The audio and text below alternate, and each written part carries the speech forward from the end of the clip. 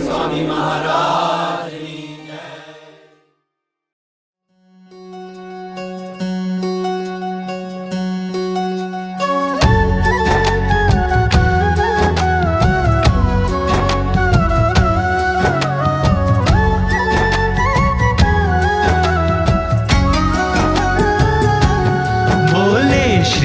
हरि रे सुनिए नर नारी हरिजन, मुझे एक वार्ता रे सबको कहने का है मन। मेरी मूर्ति रे मेरे लोक भोग और मोक्ष सर्व दिव्य है रे, वहाँ तो दर्शन की है रीत। मेरा धाम है जिसका अक्षर अमृत नाम, सर्व सामर्थ्य रे शक्ति गुण से है अभिराम। अति तेजोमय रे रवि शशि कोटि वारी जाए, शीतल शांत है रे तेज की उपमा नव दी जाए। रहता मैं वहाँ रे द्विभुज दिव्य सदा साकार, दुर्लभ देव को रे मेरा कोई न पाए पार। जीव ईश्वर आदि रे माया काल पुरुष प्रधान, सबको वश करूं रे सबका प्रेरक मैं भगवान। अगणित विश्व की रे उत्पत्ति पालन प्रलय हो, मेरी मर्जी बिना रे किसी से तृण ना तोड़ा जाए। ऐसा मुझे जानना रे मेरे आश्रित सब नर नारी, मैंने तो आपको रे वार्ता सत्य कही है मेरी। मैं तो आपके लिए रे आया धाम से लेकर देह, प्रेमानंद के रे स्वामी ने बरसाई अमृत में। आगे सब सुनिए रे मेरी वार्ता परम अनूप, परम सिद्धांत है रे सबको हितकारी सुखरूप। सब हरि भक्त को रे जाना हो मेरे धाम, तो मेरा सेवन रे करो शुद्ध भाव से हो निष्काम। सब हरि भक्त को रे रहना हो मेरे पास, तो तुम छोड़ना रे मिथ्या पंच विषय की आस। मुझ बिन जानना रे अन्य मायक सब आकार, प्रीति तोड़ना रे मान के झूठा कुटुंब परिवार। करना पालन रे करके दृढ़ सभी मेरे नेम, होकर अति प्रसन्न रे धर्म भक्ति करेंगे क्षेम। बोले श्री हरि रे सुनिए नर नारी हरिजन, बोले श्री हरि रे सुनिए नर नारी हरिजन।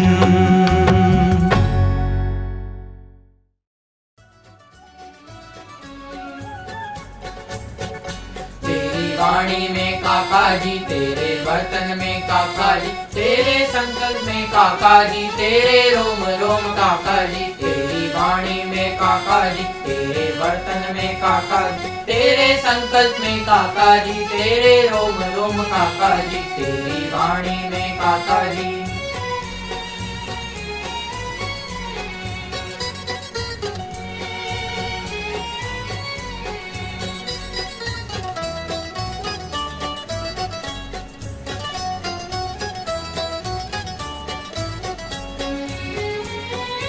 अनंत ऐश्वर्य होते हुए भी सेवक बन कर रहते, भक्त बन कर रहते। साकार योजना करने काका की परिश्रम विरत करते, परिश्रम विरत करते। तेरे भजन में है काका जी तेरी मूर्ति है काका जी, तेरी स्मृति में काका जी तेरे रोम रोम काका जी, तेरी वाणी में काका जी तेरे बर्तन में काका जी, तेरे संकल्प में काका जी तेरे रोम रोम काका जी, तेरी वाणी में काका जी।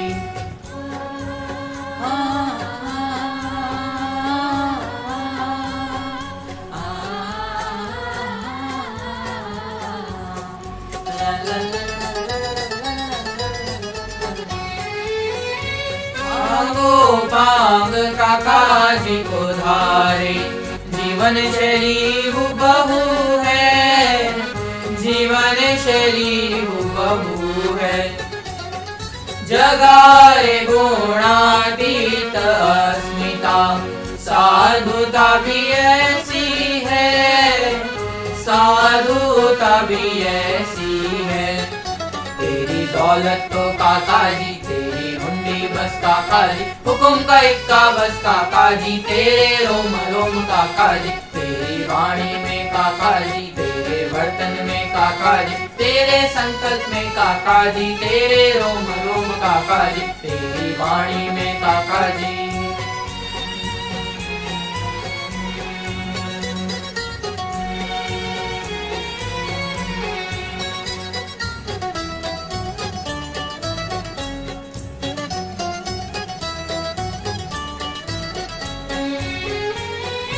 अक्षरधाम के कुशल कारीगर मिले काका जी ऐसे, मिले काका जी ऐसे।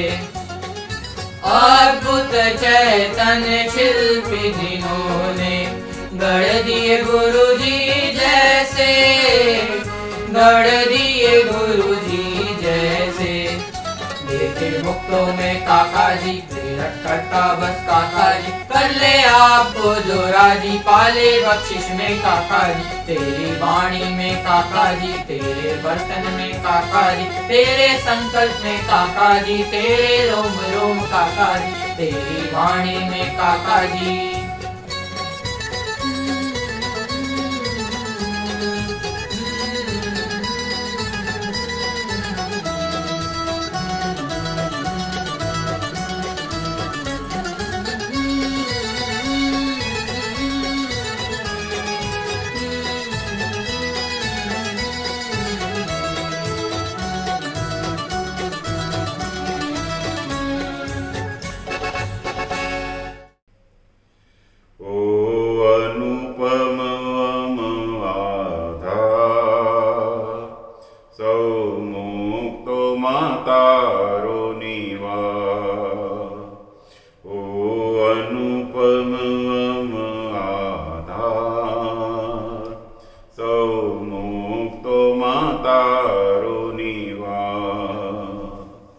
हेतु गुणातीत साकार तारो कोई न पामे पार।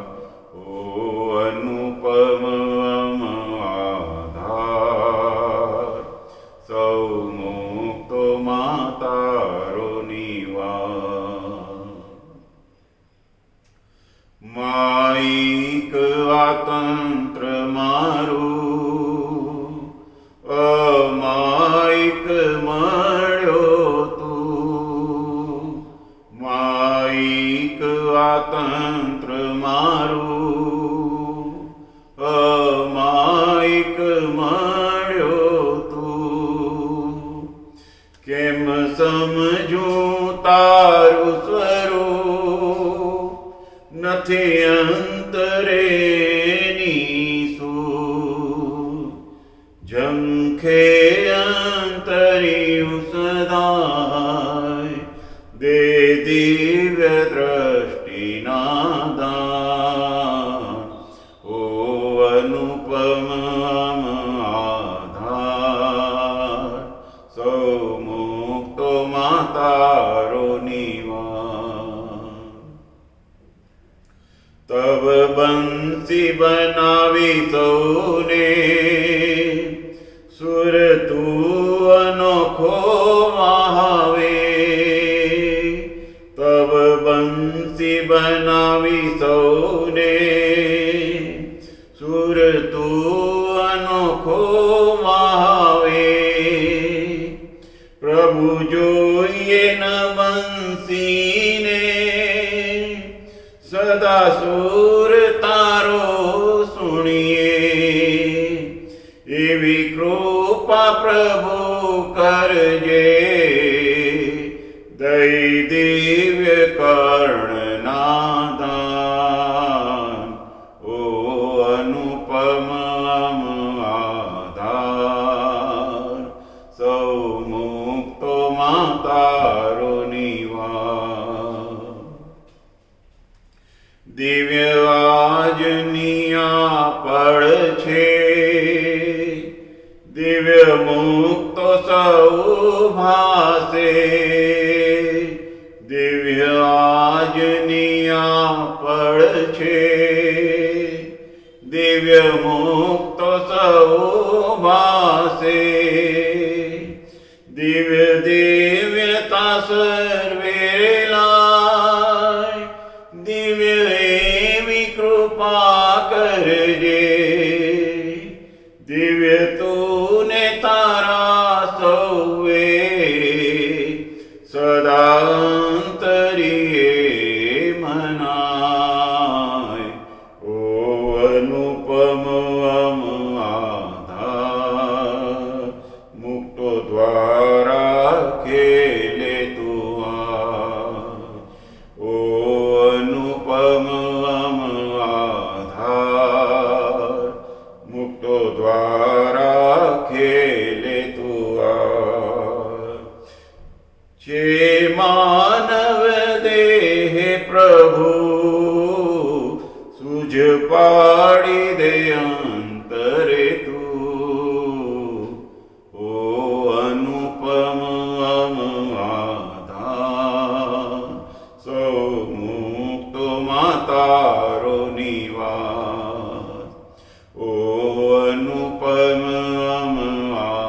આધાર, સૌ મુક્તોમાં તારો નિવાસ. છે તું ગુણાતીત સાકાર, તારો કોઈ ન પામે પાર. ઓ અનુપમ આધાર, સૌ મુક્તોમાં તારો નિવાસ. સૌ મુક્તોમાં તારો નિવાસ.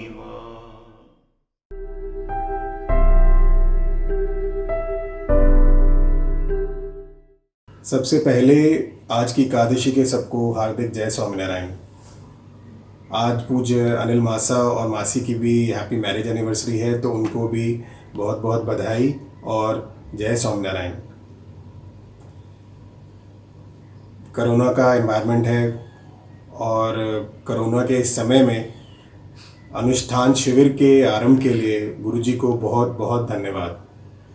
इस वक्त सभी को प्रभु के आश्रय की सख्त आवश्यकता है और अनुष्ठान शिविर हमें प्रभु के सतत आश्रय और आशीर्वाद का ठोस एहसास कराता है।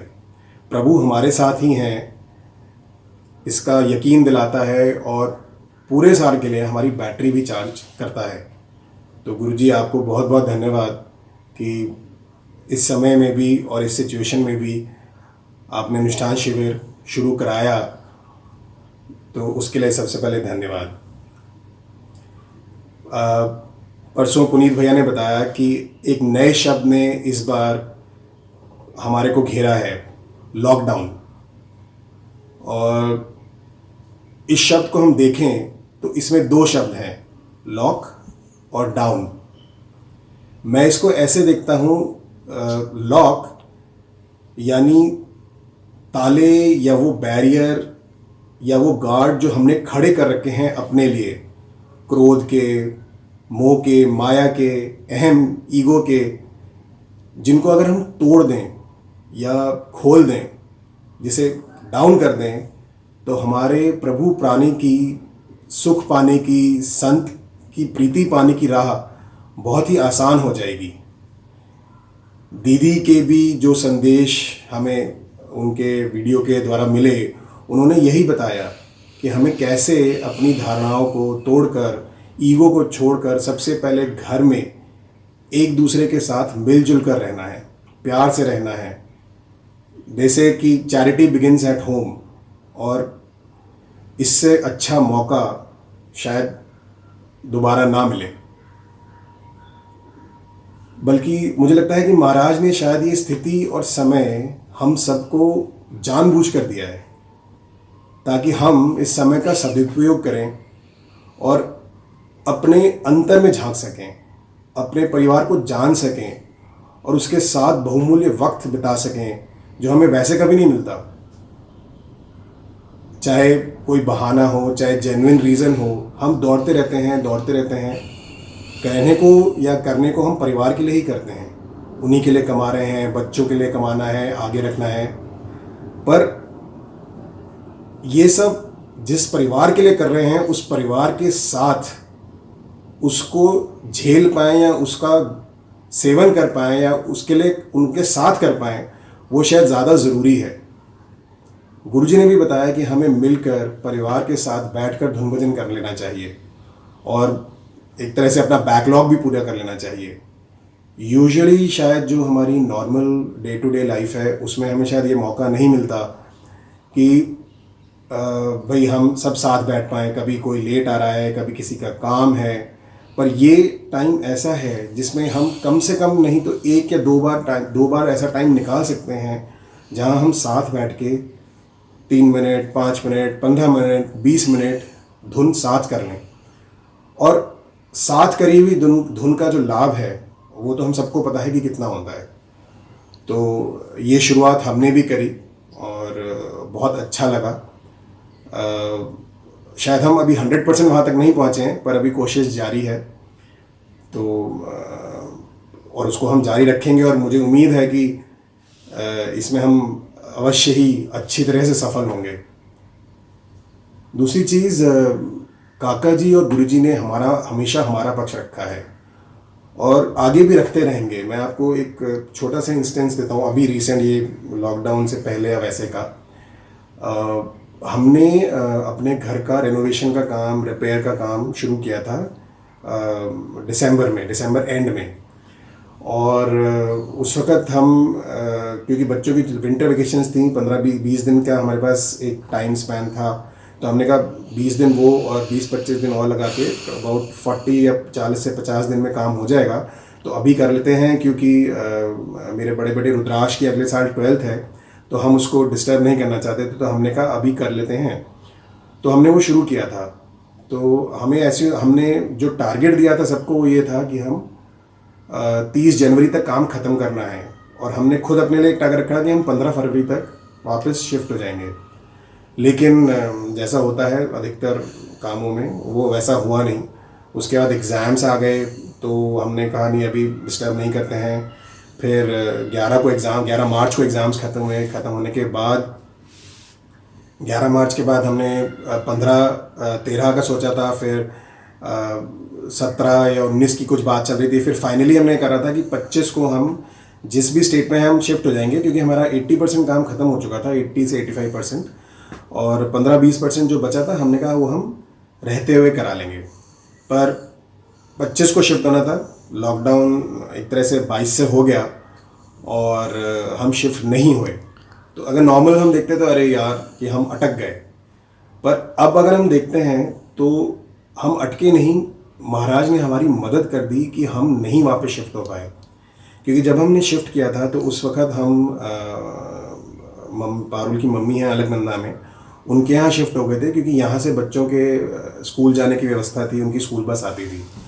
और अब हम उनके पास रह रहे थे, तो अब उनके पास रहने से सबसे बड़ा फ़ायदा ये हो गया कि अगर हम वहाँ शिफ्ट कर गए होते तो सारा काम जैसे कहते हैं ना, एक तो सारा नया घर सेट करना, उसका सफाई करना, मेड्स का आना बंद हो गया था, काम के लिए कोई हेल्प नहीं मिलती, तो सारा शायद मेरे पे पारुल पे खासकर ज़्यादा पड़ता है।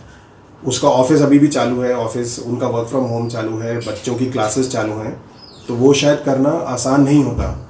और उस दौरान मतलब घर को भी संभालो, ऑफिस को भी संभालो और ये सब करो, ये शायद संभव नहीं होता।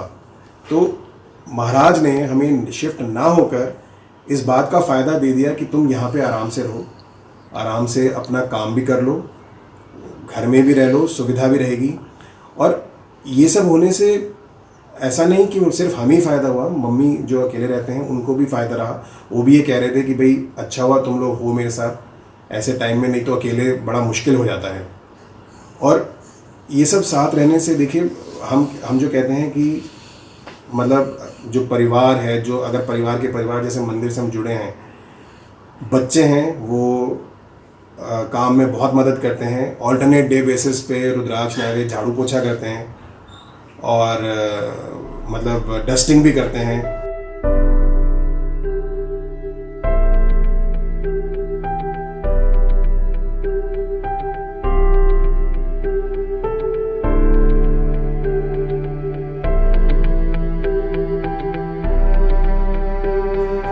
मिल के हम काम को बांट के अपनी क्लासेस भी करते हैं।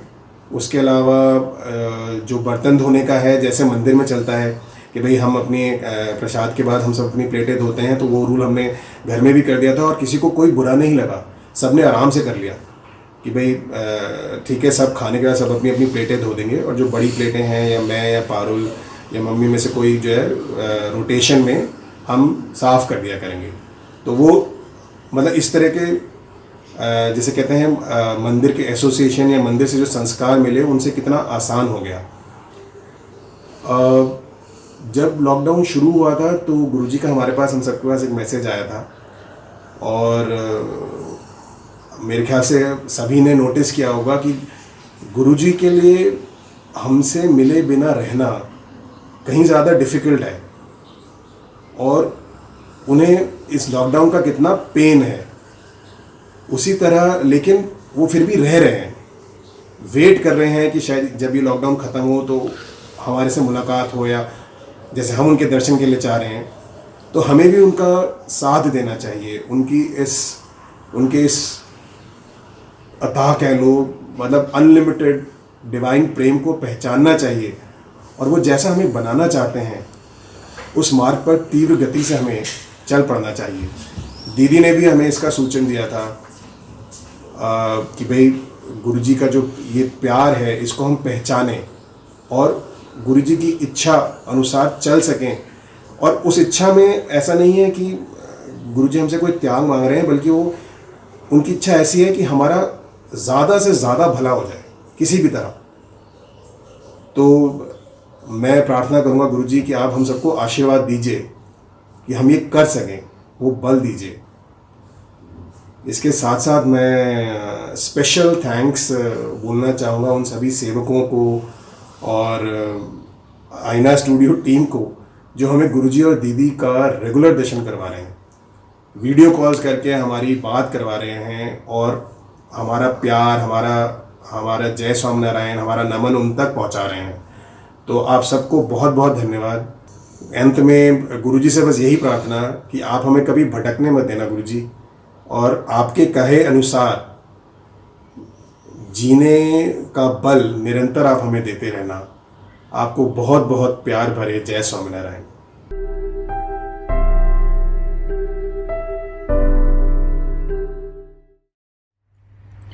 સ્વામીની વાતો પ્રકરણ 5 વાત 69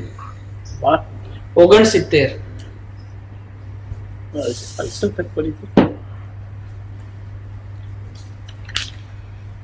कल 65 पढ़ी थी, फिर नेक्स्ट अच्छा। टिक ठीक, इसलिए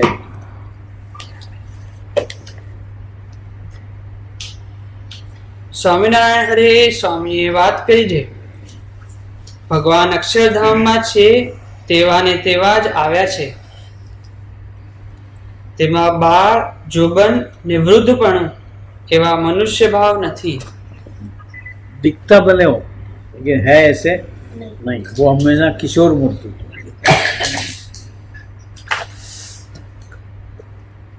ને તિરોધાન નથી. उसका क्या ना देह त्याग नहीं है. ને મનુષ્ય ભાવ દેખાય છે તે નટની માયાની પેઠે છે. एक ड्रामा है. मनुष्य भाव जो दिख रहा है, जो दिखता है वो एक ड्रामा जैसा है. बाकी भगवान तो जैसे खाली यहाँ दिखाई पड़ते हैं, इमेज वही है. वो न आते हैं न जाते हैं. जैसे मिरर के सामने हम खड़े रहते हैं तो दिखाई पड़ता है, वैसा है. ओरिजिनली तो वो अक्षरधाम में जो है वही है. इसका कहने का मकसद कि यहाँ जो तुम्हें दिखाई पड़ता है वैसे के वैसे ही अक्षरधाम में है. जो हमने काका जी को देखे वैसे के वैसे अक्षरधाम में है. वो छोगला वाले महाराज नहीं है.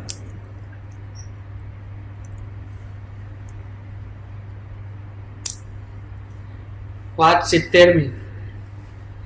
સ્વામિનારાયણ હરે સ્વામીએ વાત કરી છે, અમારી તો આવરદા 22 વર્ષથી થઈ રહી છે.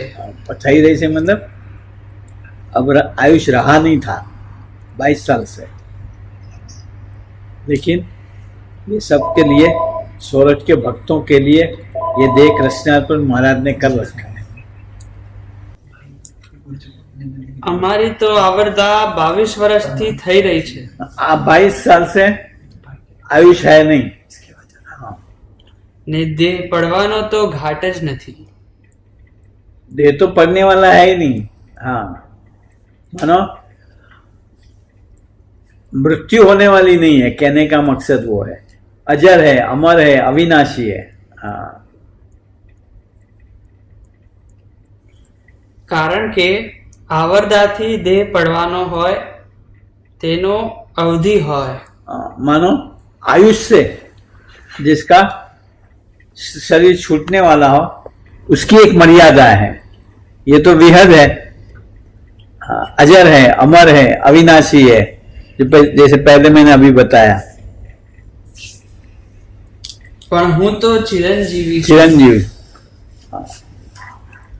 ને તમારા બધાના દેહ 5-10 વર્ષમાં પડી જશે. हाँ, बाकी दूसरों के शरीर तो 5, 10, 20, 25 साल के बाद छूट जाएंगे. વાત 71મી.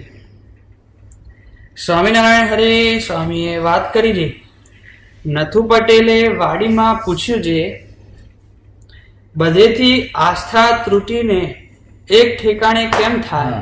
हर एक के प्रति से आस्था छूट करके एक में ही निष्ठा कैसे हो. हाँ, एक तरफ से तो बोला जाता है ना कि सबके प्रति पूज्य भाव रखो. हाँ, ત્યારે સ્વામીએ ઉત્તર કર્યો છે, તેના જાણીને બધાને માનવા. स्वामी के संबंध वाले हैं यूं समझ के हर एक को मानना. जिसको स्वामी का संबंध नहीं है उससे हमारी कोई लेन देन नहीं है.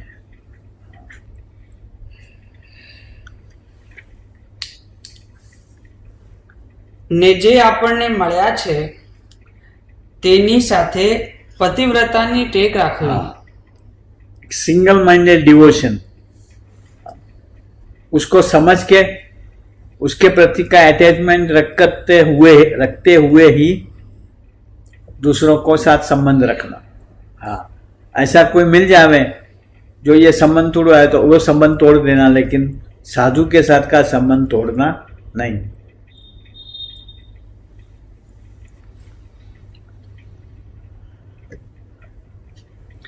આપણે એ બધાનું શું કામ છે? हमें इन सब से क्या काम है? आखिर में तो महाराज के साथ रहना है, गुणायतान स्वामी के साथ रहना है, गुणायतान स्वामी के रूप होके रहना है.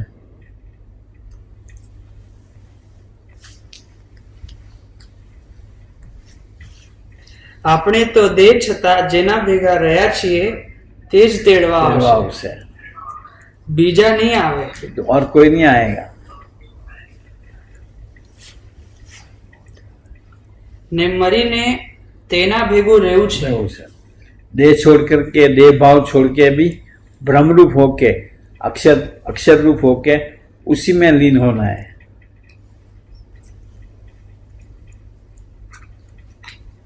ફરી પૂછ્યું છે, અહો અહો કેમ થાતું નથી? ऐसा अखंड आनंद क्यों नहीं रहता है? हाँ, ત્યારે ઉત્તર કર્યો છે, ચામડાની મસક પલળતી જાય તેમ તેમાં પાણી સમાતું જાય,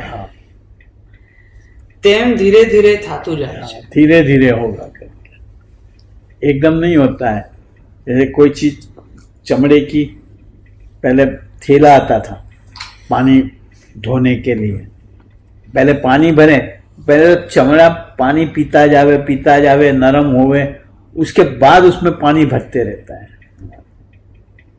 वैसे हर एक से आसक्ति छुट्टी छुट्टी छुट्टी हमारे इंद्रियां अंतःकरण ऐसे पिघलते जावे, नरम होते जावे, उसके बाद भगवान अंदर रहना शुरू करते हैं।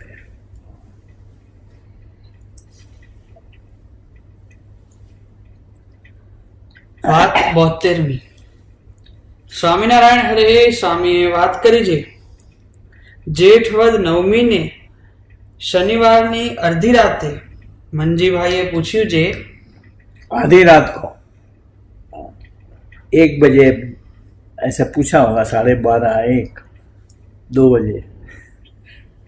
क्यों हंस रहे हैं भाई? कल रात को भी आप बैठे थे ना 2 बजे। वह ये बातें थोड़ी निकली। हाँ नहीं, वो रेफरेंस याद आया कल।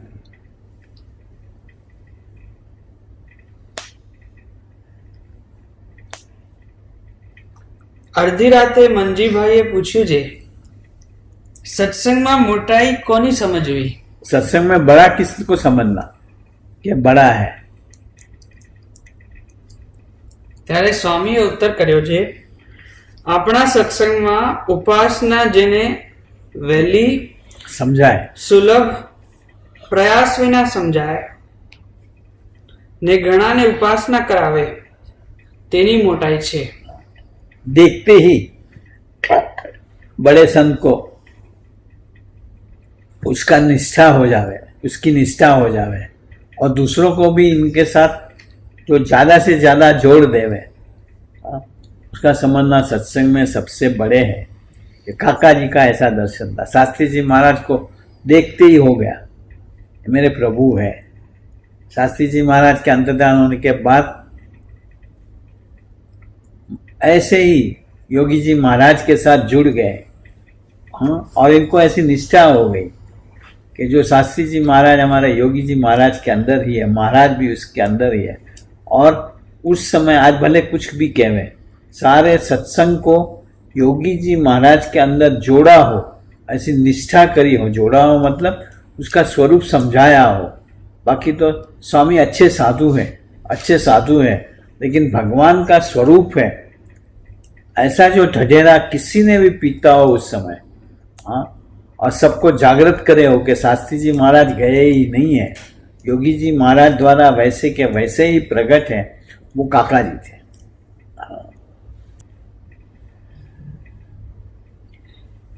આપણા સત્સંગમાં ઉપાસના જેને વહેલી સુલભ પ્રયાસ વિના સમજાય, बिना प्रयास, हाँ, जैसे नक्शु को कहना पड़ेगा कि काका जी भगवान का स्वरूप है, मान ही लिया। चलो नक्शु मानो समझो छोटा है, बिन समझदार है, हाँ, ये लक्ष्मी जी कैसे बात हो मन गई कि भाई नहीं, कहा ना कि ये कौन ब्रह्म विद्या छापने ले गया, बस इतने में उसका काम हो गया। ये बातें बड़ी सुलभ हो गई है, इसलिए इसकी महिमा अपने को समझ नहीं आती। बाकी किसी को बाहर जाके बताओ, हाँ, कितना भी धर्मवान होगा, हाँ, नियम का पालन होगा, ब्रह्मचर्य का पालन खूब करता होगा, ये बात नहीं मान पाएगा। हाँ, चलो।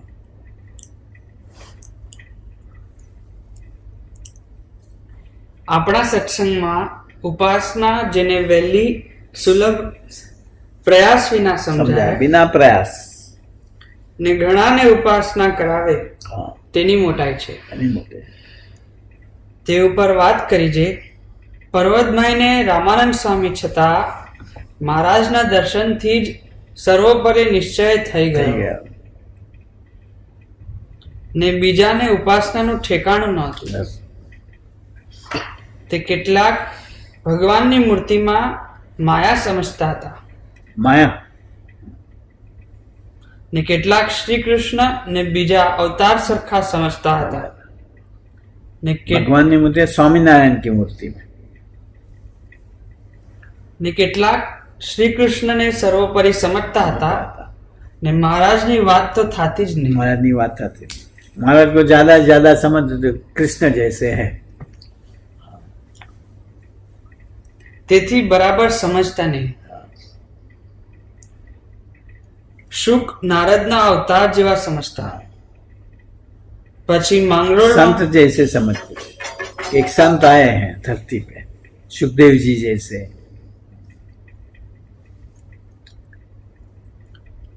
પછી માંગરોળમાં સ્વરૂપાનંદ સ્વામીને શ્રી કૃષ્ણ રૂપ દેખાણા स्वरूपानंद स्वामी को दर्शन हुए, लेकिन वो भी इनको निश्चय हुए इसलिए श्री कृष्ण के रूप में ही दर्शन दिए। ને પછી અક્ષરધામની સમાધિ કરાવી। फिर अक्षरधाम की समाधि हुई, તેથી પુરુષોત્તમપણાનો નિશ્ચય એકને થયો। क्योंकि अक्षरधाम में देखा कि सिंहासन के ऊपर तो महाराज बैठे हैं और श्री कृष्ण वगैरह तो वहाँ नीचे हाथ जोड़ के खड़े हैं। तब इनको हुआ कि नहीं, ये तो भाई सर्वोपरि प्रभु है। हाँ, और बाकी देव देवी है।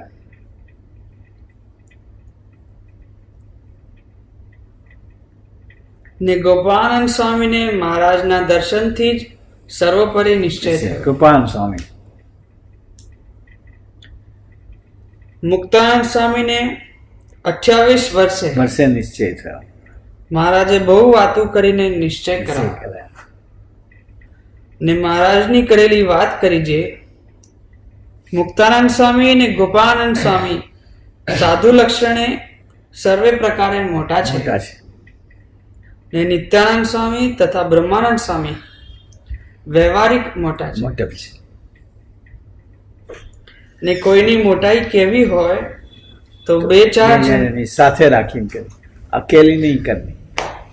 ये काका जी हमेशा हमें कहते थे, मारो एकलानो महिमा नहीं गाओगे, नहीं तो दुख आएगा, उपाधि आएगी।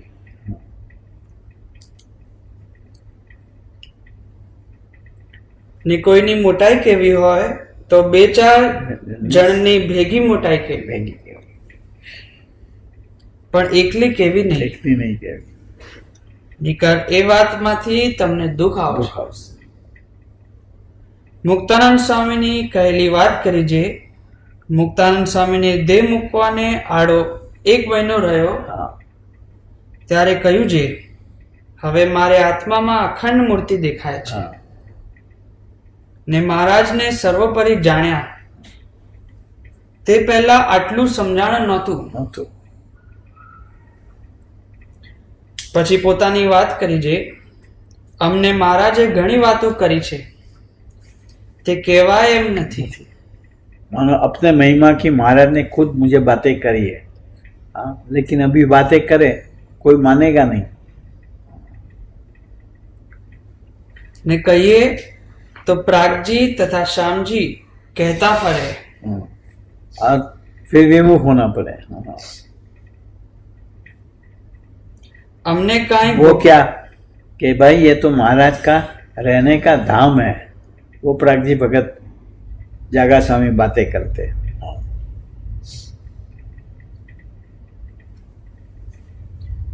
અમને કાંઈ ગોપાનંદ સ્વામી प्रागजी भगत यानी भगत जी महाराज। हमने कहीं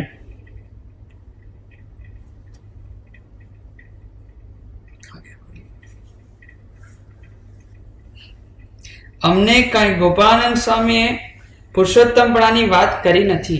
मानो महाराज ने डायरेक्ट करी है। અમે તો અમારી મેળે જ સમજેલા જ છીએ. તે હું તથા જ્ઞાનાનંદ સ્વામી તથા વિશુદ્ધાત્માનંદ સ્વામી તથા બાળ મુકુંદાનંદ સ્વામી એ ચાર મળીને એકાંતે વાતો કરતા ને ભૂત નહીં વળગ્યામાં મહારાજે એક પોતાને ગણ્યા ને મુક્તાનંદ સ્વામી તથા પોતાને ગણ્યા મતલબ કે જે મને રાખશે એને કોઈ ભૂત નહીં વળગે.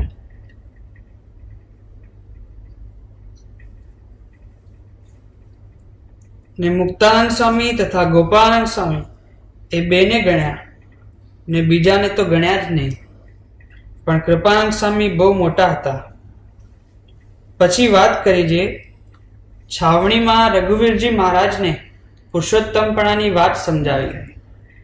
પછી ભાઈ આત્માનંદ સ્વામીને સમજાવી, મુનિ બાવાને સમજાવી, કરુણાશંકરને સમજાવી, એ વગેરે ઘણાની વાતો કરી. માટે તમે વાતો કરો તે ધીરે ધીરે વચનામૃતની સાક્ષ્ય લાવીને વાત કરજો. ને નિશ્ચયની વાત કાળજુ ત્રુટ્યા જેવી છે, માટે ધીરે ધીરે કરવી.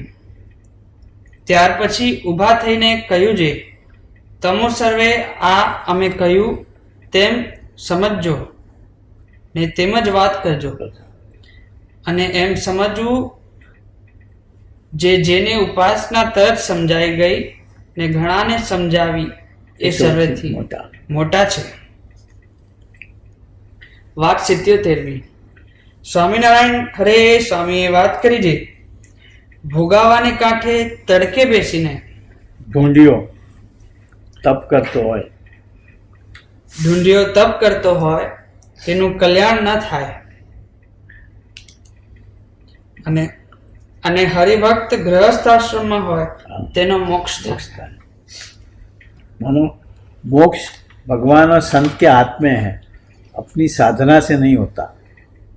अंतिम जन्म, आखिरी जन्म, जन्म मरण से चक्कर में से बाहर निकलना वो तो भगवान और संत की सेरे छाया में ही संभव है.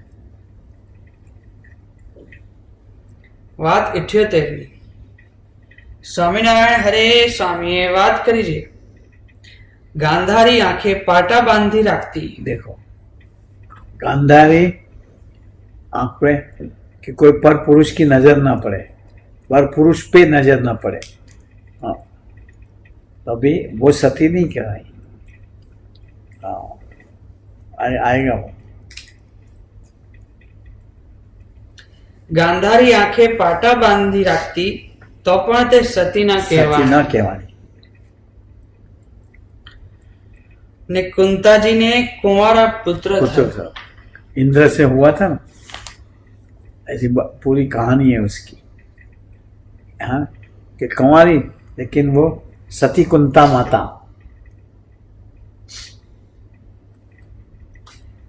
ને દ્રૌપદીને कि उसका कृष्ण के साथ का एक संबंध था. द्रौपदी को 5 हस्बैंड थे, तब भी सती बोली. ને દ્રૌપદીને 5 પતિ હતા તો પણ તે સતીઓ કહેવાય. ये मार्क करी होगी बात.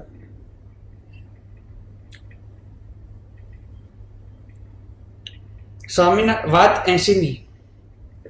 સ્વામિનારાયણ હરે સ્વામીએ વાત કરી છે વ્યવહારિક માણસની ને સત્સંગીની ક્રિયા સરખી લાગે છે. दोनों लगेगी सरीखी, लेकिन वो अपनी इंद्रिय अंतःकरण वृत्तियों के पोषण के लिए होगी.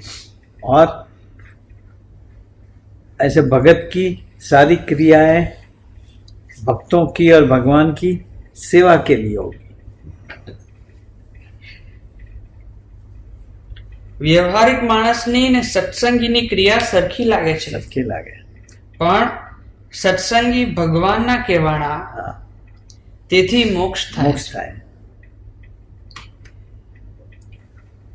વાત 82મી. बस चलो 9 बज गए.